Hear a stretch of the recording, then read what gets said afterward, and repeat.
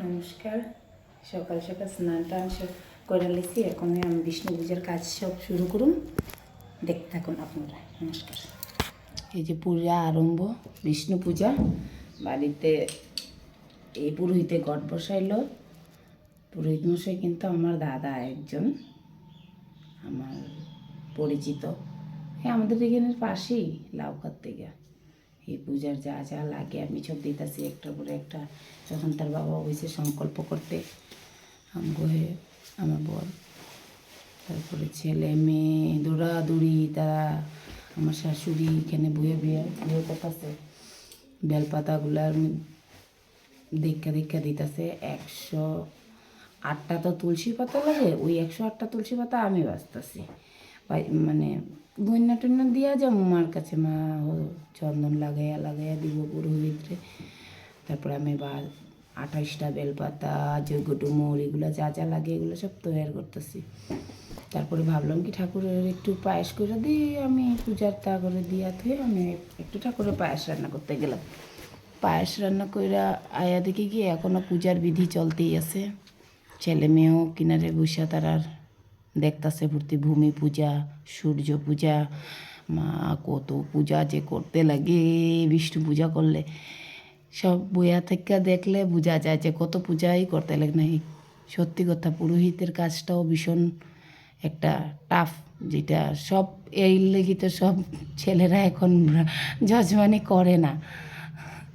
আমার তো দাদা ভাইয়েরা তো বাদই দিছে, এখন আর কেউ করে না। করতো আমার জেঠা কাকারা, করে ঠাকুর দাদা, কিন্তু আমার বাবাও কোনো দিন করে নাই। ওই আমার দাদারাও হইল না, আমার বড়ও করে না। এই পূজা এখন পুরোহিত মশাই সংকল্প শেষ, এখন পুরোহিত মশাই বাকি যা বিধান আছে ওইগুলা করতেছেন। করার পরে আমি ভাবলাম কি যাই, আমি গিয়ে এই দিকটা একটু খিচুড়ি একটু লাবড়া রান্না করি। মারে কয়ে গেলাম, মা আপনি জোগাড় টোগাড় যা দিতে লাগে আপনি দিয়েন, আমার মধ্যে আমার ডাকবেন, আমি আসুন। আর ততক্ষণে দেখেন আমার মেয়ে আর আমার দেওরের মেয়ের তামসা। এরা মোবাইলের সামনে এসে এই দেখো কী করতেছে। তারার মানে এরা ভাবতেছে কি ফটো মারা হইতেছে, একবার মোবাইলটা রাখতেছে একবার উঠাইতেছে। এই ছোট্ট মেয়েও কিন্তু কম না। এই যে দেখো, এই যে নারায়ণটা দর্শন করো, ঠাকুরের দর্শন করো সবাই।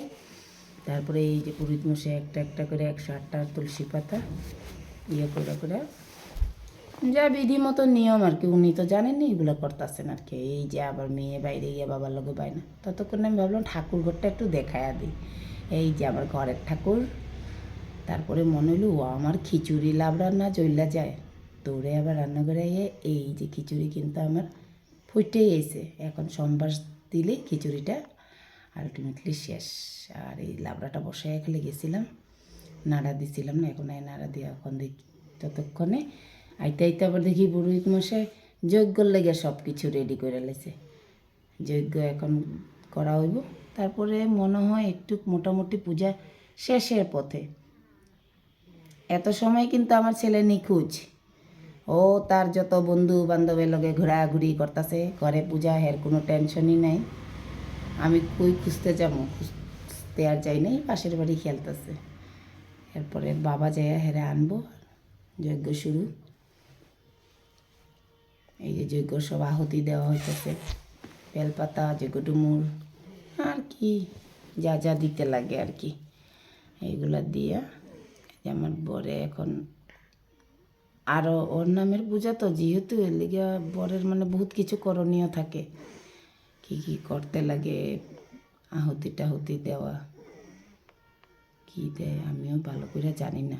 তোমরা কেউ জানো যদি কইবা নামের পূজা কী হারে হয়। এই যে আমার শাশুড়ি মা, যজ্ঞ শেষ, এখন যজ্ঞ শেষ, পূজাও মোটামুটি শেষের করতে শেষ হয়েছে। এখন আরতি, এই যে ধূপতির আরতি করা হইতেছে, দাদা করতেছে, আমরা সবাই কিনারে দাঁড়ায় আমরা একটু এনজয় করতেছি। তারপরে এই যে পঞ্চপ্রদীপ দিয়ে আরতি, খাসাওয়া জানি পূজা সমাপ্ত। আমি ভাবলাম সবার, আমার পুরোহিত মশাই করলো কি সারা ঘরে পঞ্চপ্রদীপটা দেখায়া দাও। আমি ভাবলাম কি জয় হনুমান বাবার একটু দেখায়া দিই। পূজা শেষ, আবার রাত্রে একটা বিয়া বাড়িতে যাওয়ার প্রোগ্রাম। এই যে বিয়ের কন্যা, আমি ওইরকম আমি এখানে কিছু খাইতেই নেই, কারণ পূজা করলাম তো বাড়িতে এলিগা, তারপরে তবু তো বিয়ে বাড়ি বলে কথা, এনজয় তো করলাম অনেক ভালো। এই যে বর কিন্তু আয়া পড়ছে, বর আইব এখন বিয়া শুরু। আজকের লেগে ভিডিও এইখানেই সমাপ্ত, টাটা।